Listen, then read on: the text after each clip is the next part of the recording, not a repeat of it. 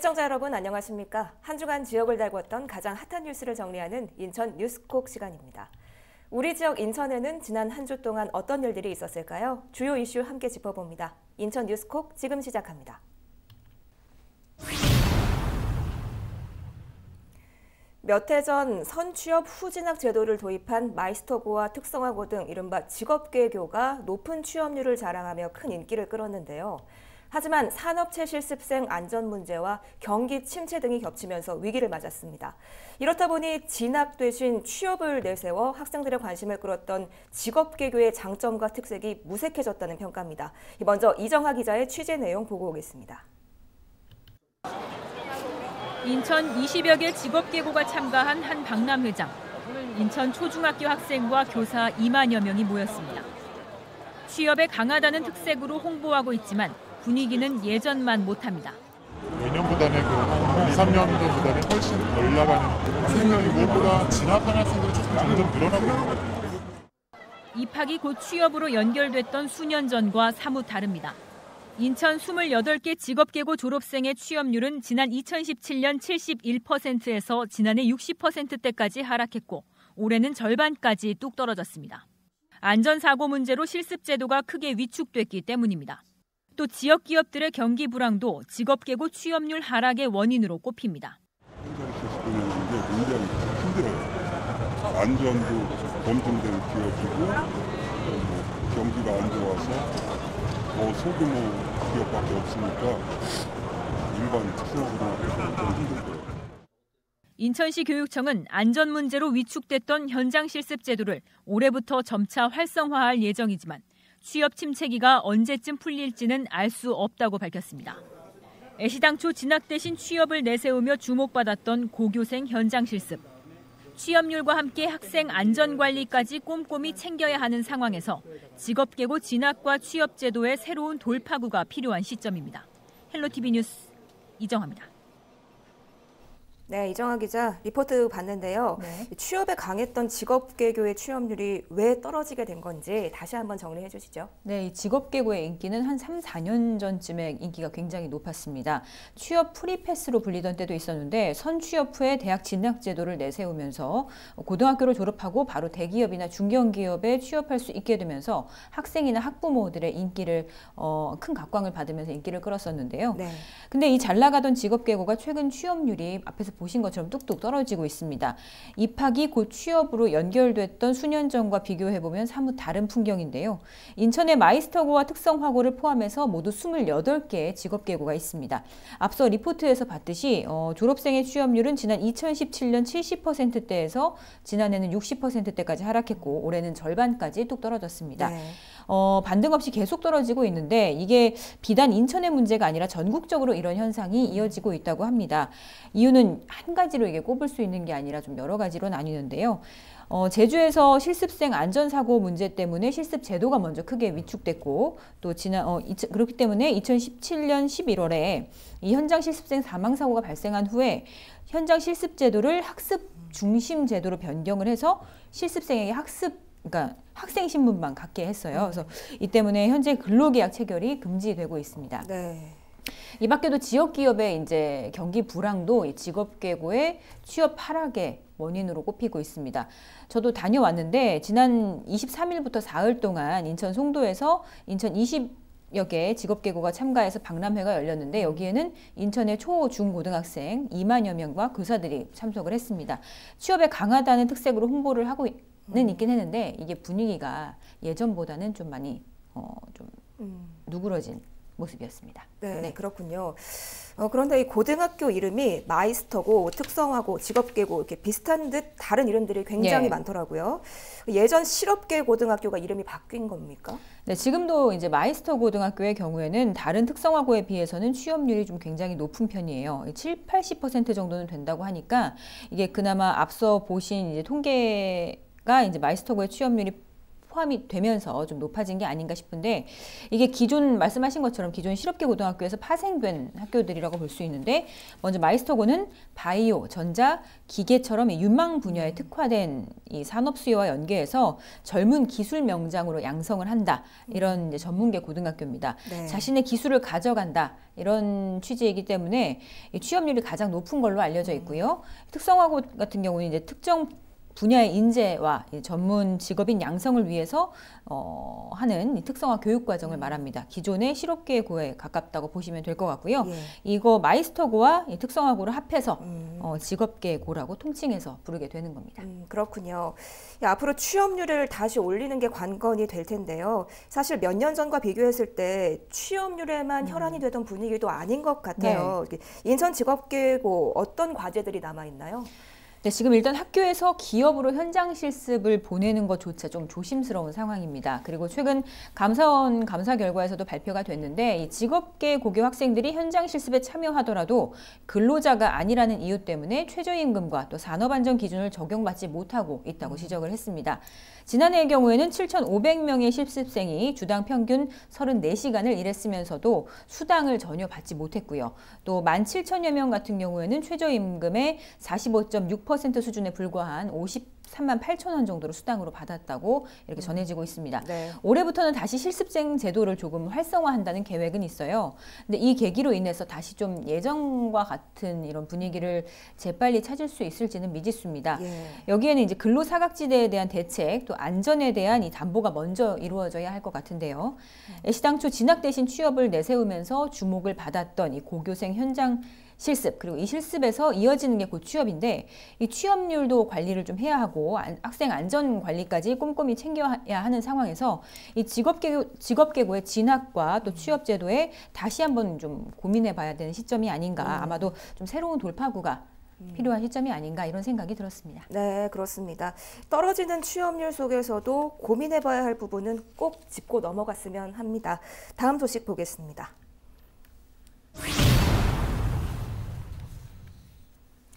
인천 인현동 화재 참사, 57명의 생명을 앗아간 가슴 아픈 사고였죠.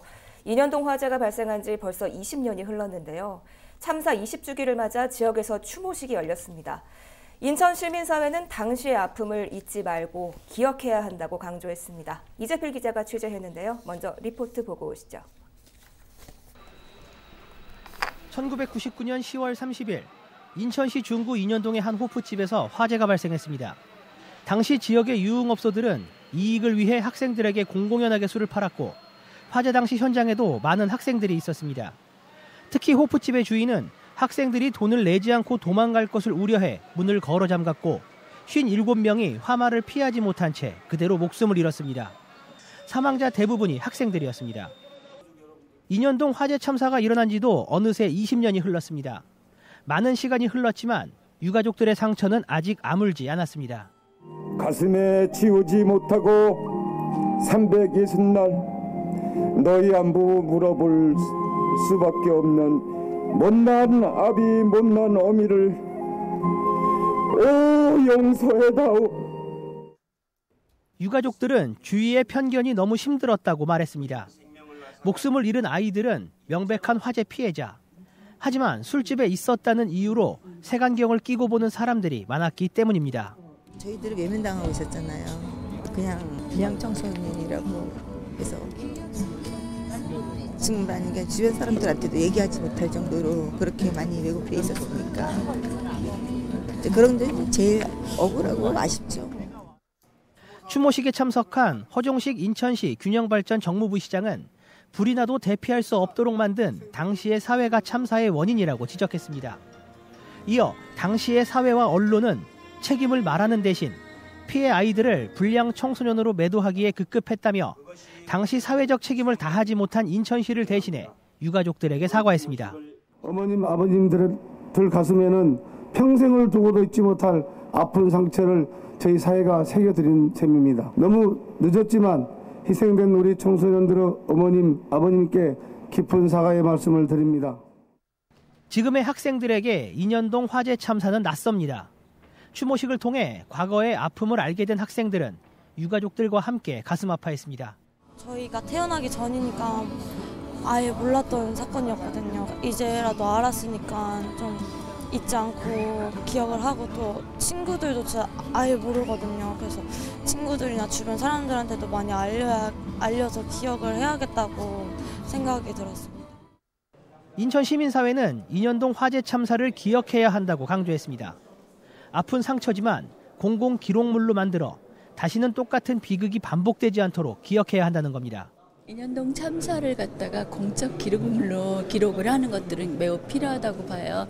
그래서 그 기록물들을 해서 미래의 아이들이 정말 안전하고 생명이 존중되는 세상으로 만드는 밑거름이 됐으면 좋겠어요. 그래서 저희 공적 기록물을 갖다가 제작을 할 생각을 하고 있습니다. 시민들의 기억 속에서 점점 희미해져가는 인현동 화재 참사. 유가족들과 인천시민사회는 그 아픔을 잊지 않기 위해 노력 중입니다. 헬로티비 뉴스 이재필입니다.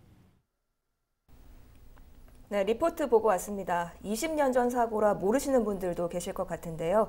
먼저 인현동 화재 사고 경위를 한번 다시 짚어보죠. 네, 지난 1999년 10월 30일 오후 6시 55분쯤 인천시 중구 인현동, 그러니까 저희들에게는 동인천으로 익숙한 곳이죠. 그 인현동의 한 건물에서 화재가 발생했습니다. 네. 불의 시작은 이제 지하 노래방이었는데요. 당시에 내부 수리 공사 중이었던 것으로 알려져 있어요. 공사 중에 이제 불씨가 붙은 건데, 불은 삽시간에 이제 위층으로 번지면서 이제 2층 호프집에 큰 화마가 미친 겁니다. 불은 35분, 그러니까 그 발생 후 35분 만에 진화가 됐는데, 네. 그런데 호프집에 있던 사람들이 미처 대피를 못한 거죠. 그러면서 57명이 이제 사망하는 대형 참사로 이제 이어진 건데요. 네. 당시 제가 그때 고등학교 3학년이었어요. 근데 제 기억에도 굉장히 큰 화재 참사였던 것으로 저희도 지금 남아 있는데, 네. 기자가 된 이후에 이제 당시 현장을 취재했던 이제 선배들하고 만나서 이야기를 나눌 수 있었어요. 근데 그때 선배들이 당시 상황을 뭐라고 딱 표현을 했냐면 그냥 말 그대로 지옥이었다. 네. 이렇게 표현을 하기도 했습니다. 네, 정말 안타까운 사고입니다. 이 사고 피해자가 대부분이 청소년들이어서 더 안타까웠죠. 네, 맞습니다. 당시 인천 지역에 이제 고등학교들이 축제 기간이었어요. 그 때문에 이제 학생들이 축제를 마치고 이제 그 술집을 찾았던 것이었는데, 네. 그 지금 이제 PC방도 있고 이제 극장도 있고 이제 어떻게 보면 학생들이 즐길 수 있는 거리가 물론 많다고는 말할 수 없겠지만 그래도 어느 정도 있는 상황이지만, 그 당시에는 청소년들이 즐길 문화 공간이 굉장히 부족한 상황이었거든요. 네.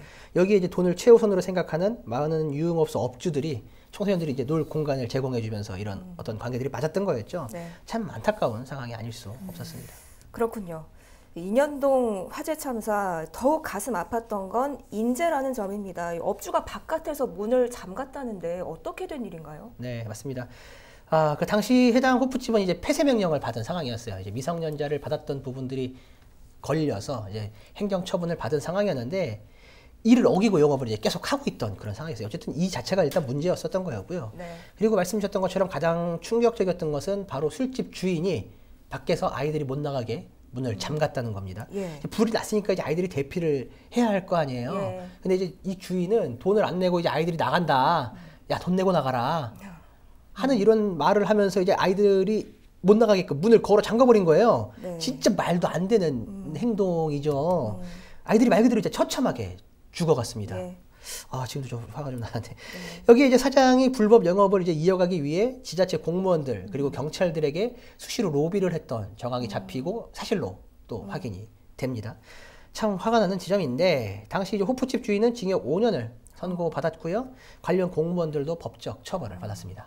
불이 났는데 문을 열어주지 않고 도망을 간 겁니까? 어떻게 된 일인가요? 문을 걸어 잠갔죠. 아이들에게 돈을 받기 위해서. 네. 참 저도 상식적으로 납득이 안 가는, 굉장히 많은 이런 질타와 당시 언론에서도 이제 스포트라이트를 이 부분들이 받았었는데, 당시에 이 사람의 실명과 함께 얼굴이 공개가 됐어요. 너무 말도 안 되는 사건을 저질렀기 때문에 그 정도로 참 심각한 사고였습니다. 참 안타까운 일이 아닐 수 없는데 유족들의 가슴은 정말 미어졌겠죠. 특히 리포트에서 언급을 했지만 비행 청소년이라는 색안경이 그들을 더 힘들게 했다고 하죠. 네, 맞습니다. 그 청소년들이 술집에 있다가 이제 숨졌잖아요. 그러니까 당시 언론에서는 이를 부각시키면서 비행 청소년들의 이제 일탈이 화를 불렀다, 이런 뉘앙스를 풍기는 언론 보도들을 계속 한 거죠. 예. 근데 앞서 말씀을 드렸지만 당시 화재의 가장 큰 원인은 불법으로 술집을 운영할 수 있도록 한 술집 주인과 관공서 그리고 이제 경찰 같은 유착이었어요. 바로 불법 카르텔이었는데 거기에 아이들이 도망가지 못하게 문을 잠갔던 또 핵심 이유가 있는 거잖아요. 네. 그런데 거기를 간 너희들의 잘못이다. 이거는 어폐가 너무 이상하잖아요. 앞뒤가 안 맞잖아요. 네. 만약 제가 자동차를 타고 가다가 음주운전자가 제 차를 들이받았다라고 한다라면 너 왜 그때 거기 지나가고 있었어? 네 잘못이냐? 이렇게 얘기할 건 아니잖아요. 제 책임이 아니잖아요. 말도 안 되는 거죠. 아이들의 생명을 앗아간 이제 당사자, 이제 당시의 관계자들의 이제 잘못인 거죠. 그런데 당시 이런 이제 비행 청소년들이라는 이제 부분이 부각이 되면서 유가족들은 어디 가서 자신들의 이런 아픔들을 제대로 호소도 못한 거예요. 네. 이번에 이제 허종식 인천시 부시장이 추모식에서 당시 잘못된 행정을 펼친 인천시를 대신해서 이제 유가족들에게 사과를 했잖아요. 네. 유가족들의 마음이 이번 사과로 조금은 편해지길 기대해 봅니다. 네, 말씀하신 불법 카르텔을 근절하고 재발 방지를 위해서라도 절대는 잊어서는 안 되는 그런 기억인데요. 20년 전 사고다 보니까 어찌 보면 그때의 기억이 조금씩 희미해지고 있는 것 같습니다. 지역사회가 아픔을 기억하는 활동들을 준비하고 있다고요? 네, 맞습니다.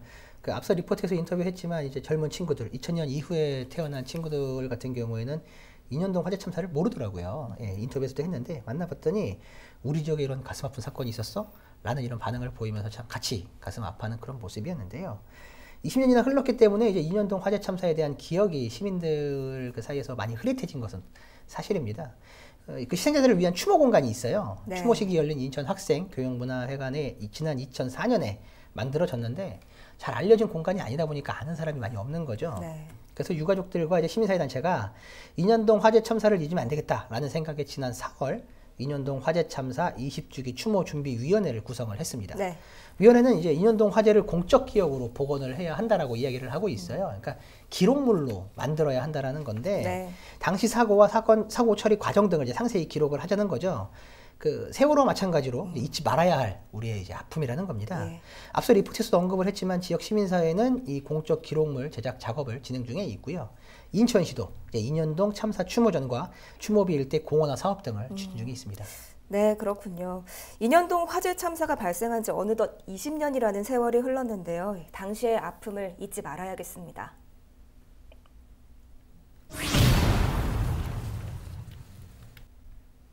이번에는 분위기를 좀 바꿔보겠습니다.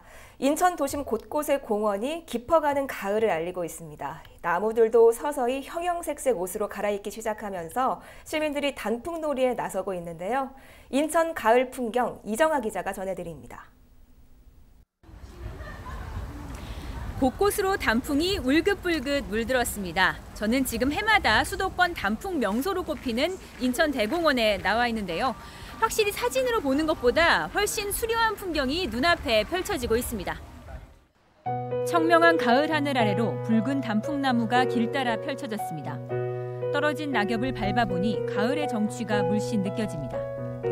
나들이객들도 저마다 단풍나무 사이에서 짙어가는 가을의 추억을 남겨봅니다. 감수성이 좀 예민하다 보니까 금년 한 해도 지나가는구나 하는 그런 느낌이 들죠. 빨강, 노랑, 파랑 여러 가지 단풍을 봤을 때 너무 아름답다는 걸 느끼죠. 예, 자랄 때 파랗던 것들이 이게 단풍이 지니까 아주 그냥 화사하고 좋고 아주 기분이 상쾌하고 그렇습니다. 단풍을 봤으니 다음으로는 은행나무도 봐야겠죠. 이 가을날의 은행나무 숲은 마치 노란 물감을 풀어놓은 듯합니다. 인천의 대표 은행나무 명소로 유명세를 탄 공원. 규모는 크지 않지만 가까운 도심 속에서도 노랗게 물든 가을을 느낄 수 있어 시민들에게 인기가 좋습니다. 꽃보다 단풍이 더 아름답더라고요. 너무 멋지고 낭만적이고 친구들 이렇게 가끔 오면 진짜 좋아요, 여기. 인천은 다음 달 초중순쯤 단풍이 절정을 맞아 가을의 향연을 더욱 만끽할 수 있을 것으로 보입니다. 헬로티비 뉴스 이정아입니다. 인천의 단풍 모습 보고 왔는데요. 이정아 기자, 그럼 인천에서는 언제쯤 단풍이 절정을 맞을까요? 네, 제가 리포트를 제작을 하면서 단풍놀이를 다녀왔는데 사실 아직 절정은 아니었습니다. 네. 인천은 다음 달 초에서 중순쯤에 단풍이 절정을 맞아서 아마 가을의 향연을 더욱 만끽할 수 있을 것으로 보이는데요. 보통 단풍 절정기는 첫 단풍 이후에 2주 후부터 시작되는 것으로 봅니다. 이번 주말이나 다음 주까지가 절정기가 될 것으로 예상이 되기 때문에 가족, 친구와 함께 나들이 다녀오시는 걸 추천합니다. 네, 저도 늦기 전에 가까운 곳으로 단풍놀이 다녀와야겠네요. 오늘 이야기는 여기까지 듣겠습니다. 한 주간의 핫 이슈로 마련한 인천 뉴스콕. 오늘 준비한 소식은 여기까지입니다. 앞으로도 지역 주요 현안은 물론 숨겨진 소식을 더욱 심도 있게 콕콕 짚어드리겠습니다. 시청해주신 여러분 고맙습니다.